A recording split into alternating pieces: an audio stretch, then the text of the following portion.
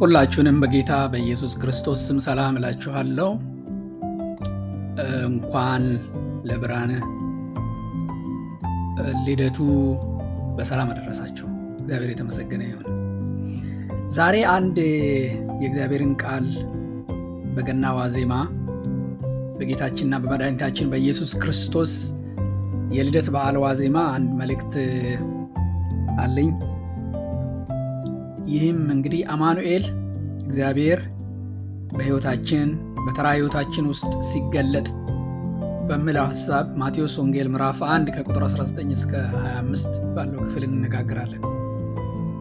እንግዲህ ሁላችንም እንደምናውቀው የገና ዋዜማ ሁላችንም እንደምናውቀው በብርሃን በዝማሬ በደስታና እንግዲህ እንደለመድነው ስርዓቶች የተሞላ ምሽት ነው። ያው ሁል ጊዜ እንደምናውቀው ማለት ነው። ነገር ግን የያኔውን ልደት በምናስብበት ጊዜ ያ የልደት ዋዜማ እንዲህ አልነበረም። በብርሃን በዝማሬ በደስታ በዚህ የተሞላ አልነበረም። ያ ምሽት ያ ዮሴፍና ማርያም የነበሩበት ያ ምሽት ኳይት የሆነ ጸጥ ያለ ምሽት ነበር። ግራ የሚያጋባ ነበር ያ ምሽት። በጥያቄዎች የተሞላ ምሽት ነበር ያ ምሽት። እንግዲህ እግዚአብሔር ወጣት እጮኛሞች ባልጠበቁት መንገድ ወደ ሕይወታቸው የገባበት ምሽት ነበር ያ ምሽት። ዛሬ እንግዲህ እግዚአብሔር የመጣው ፍጹም በቃ ጻድቅ ምንም እንከን ለሌለበት ሰው አይደለም። ወደዛ አይነት ሕይወት አይደለም የመጣው።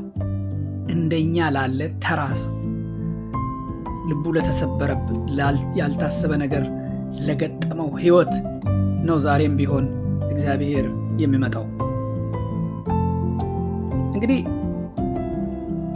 የዮሴፍን የመጀመሪያው ነገር የምንመለከተው ቁጥር 19 ላይ የዮሴፍን ግራ መጋባት ነው። ማቴዎስ ወንጌል ምዕራፍ 1 ከቁጥር 19 እስከ 25 የዮሴፍን ግራ መጋባት እንመለከታለን። ዮሴፍ የራሱ እቅድ ነበረው። ማርያምን ለማግባት ቀለል ያለ ኑሮ ለመኖር ልክ እንደ ሌሎቹም እቅድ ነበረው። በዛ እቅድ እያለ ነው እንግዲህ ማርያም እጮኛው ጸንሳ የተገኘችው። ዮሴፍ ደግሞ ያው ልጁ የእርሱ እንዳልሆነ ያውቃል። ልቡ ተሰብሯል።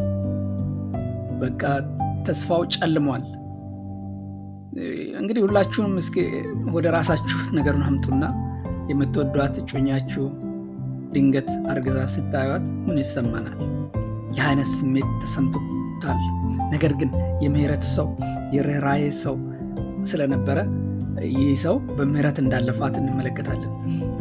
ምንድነው? ጻድቅ ስለነበረ ምንም ልላት አልፈለገም። ዝም ብሎ ብቻ ልተዋት ነበር የፈለገው እና እግዚአብሔር በእውነት ብዙ ጊዜ ወደ ሕይወታችን የሚገባው እኛ ባሰብነው እኛ መልካም ነው በምንላቸው መንገዶች ብቻ አይደለም። እግዚአብሔር በሚያስተጓጉሉ ግራ በሚያጋቡ ሁኔታዎችም አልፎ ይሰራል፣ ያልፋል። ይህንን ነው የምንመለከተው። እንግዲህ ዮሴፍ በከፍተኛ የግራ መጋባት ውስጥ እያለ ነው እንግዲህ ለእርሱ የተገለጠለት። ነገር ግን በዚህ በግራ መጋባት ውስጥ እያለ ሁለተኛው ነገር የእግዚአብሔር ግልጽ ድምፅ ከቁጥር 20 እስከ 23 እግዚአብሔር እንደተናገረው እንመለከታለን በመልአኩ በኩል። ዮሴፍ ሆይ አትፍራ፣ ከእርሷ የተጸነሰው ከመንፈስ ቅዱስ ነው፣ ስሙንም ኢየሱስ ትለዋለህ፣ እርሱ ሕዝቡን ከኃጢአታቸው ያድናቸዋል አለ። ዮሴፍ በከፍተኛ ግራ መጋባት ውስጥ እያለ እግዚአብሔር ተናገረው።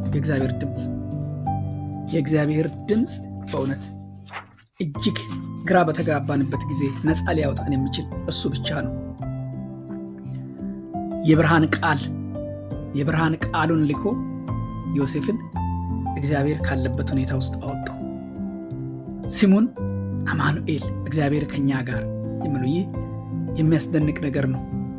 ጋላክሲዎችን በቃሉ የፈጠረ አምላክ አብሮ ለመሆን በግርግም ውስጥ ልክ በቃ እንደሚያለቅስ ሕፃን ሆኖ ነው ወደኛ የመጣው። አማኑኤል እግዚአብሔር ከኛ ጋር፣ ከተሰበሩት ጋር አብሮ ለመሆን፣ ከኃጢአተኞች ጋር አብሮ ለመሆን፣ ብቸኝነት ከተሰማቸው ጋር ለመሆን፣ እውነት ከሚፈልጉ ጋር ለመሆን እግዚአብሔር ከኛ ጋር ሆነ።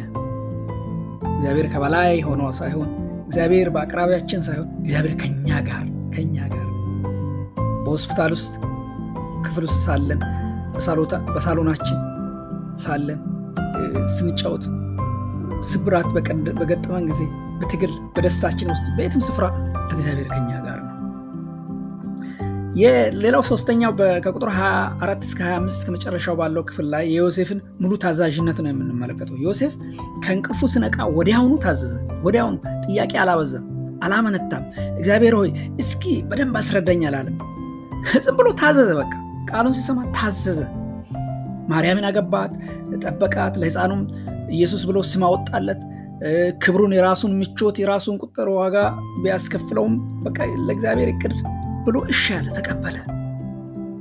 የእግዚአብሔር ፍቅር ወደ ዓለም የገባው በታማኝነት በታዛዥነት በር በኩል ነው። ሁለት ተራ ወጣቶች ለእግዚአብሔር እሺ አሉ። ዓለምም በዚህ መታዘዛቸው ለዓለም መለወጥ ምክንያት ሆነ። እግዚአብሔር ተጠቀመባቸው። ዛሬ በእውነት ወገኖቼ በዚህ ምሽት እኛም የቆምነው በዛ ብርሃን ነው። እነሱ በታዘዙበት ብርሃን ቆመናል። ኢየሱስ ዛሬም አማኑኤል ነው። እግዚአብሔር ከኛ ጋር ነው። በቤተሰባችን ውስጥ፣ በፍርሃታችን ውስጥ ከኛ ጋር ነው። በሐዘናችንና በእንባችን ውስጥ ከኛ ጋር ነው። በደስታችንና በጥርጣሬያችንም አማኑኤል ከኛ ጋር ነው። እግዚአብሔር ሩቅ አይደለም። ሕይወታችሁ እስኪስተካከል ወይ ደግሞ ብቃት እስኪኖረን ድረስ አይጠብቅም። እግዚአብሔር ከኛ ጋር ነው። እግዚአብሔር ያየናል። እግዚአብሔር ያየናል። ዮሴፍ ማንም ያላየውና ግራ የተጋባ መስሎት ነበር አይደል? ነገር ግን እግዚአብሔር በስሙ ጠራው። ዮሴፍ ብሎ ነው የጠራው፣ ቃሉን ስልክለት ሲመጣ ወደ እርሱ ማለት ነው። እግዚአብሔር ከኛ ጋር ነው። በቤተ ክርስቲያን ብቻ ሳይሆን በሕይወት ዝቅታ ውስጥ እንኳን ሆነን ሳለን፣ በየትም ስፍራ ሆነን በምንጠባበቅበትና በምንጨነቅበት ጊዜ ሁሉ እግዚአብሔር አብሮናል። እግዚአብሔር ከኛ ጋር ነው። እግዚአብሔር ለኛ የቆመልን ነው። ኢየሱስ እኮ የመጣው ሕዝቡን ከኃጢአታቸው ሊያድን ነው የመጣው። ዓለምን ሊፈርድ ሳይሆን፣ ሊኮንን ሳይሆን፣ ልታደግ፣ ሊቤዥና ለጽድቅ ነው ወደዚህ ምድር የመጣው። በእውነት እግዚአብሔር የተመሰገነ ይሁን። ጌታ ኢየሱስ ክርስቶስ ዛሬ ተወልዷል። ጌታ ተወልዷል። በነዛ የገና የተጀመረው፣ በግራ መጋባት የተጀመረው፣ በጣም በውርደት የተጀመረው ራስን ለእግዚአብሔር በመስጠት ውስጥ ነበረ።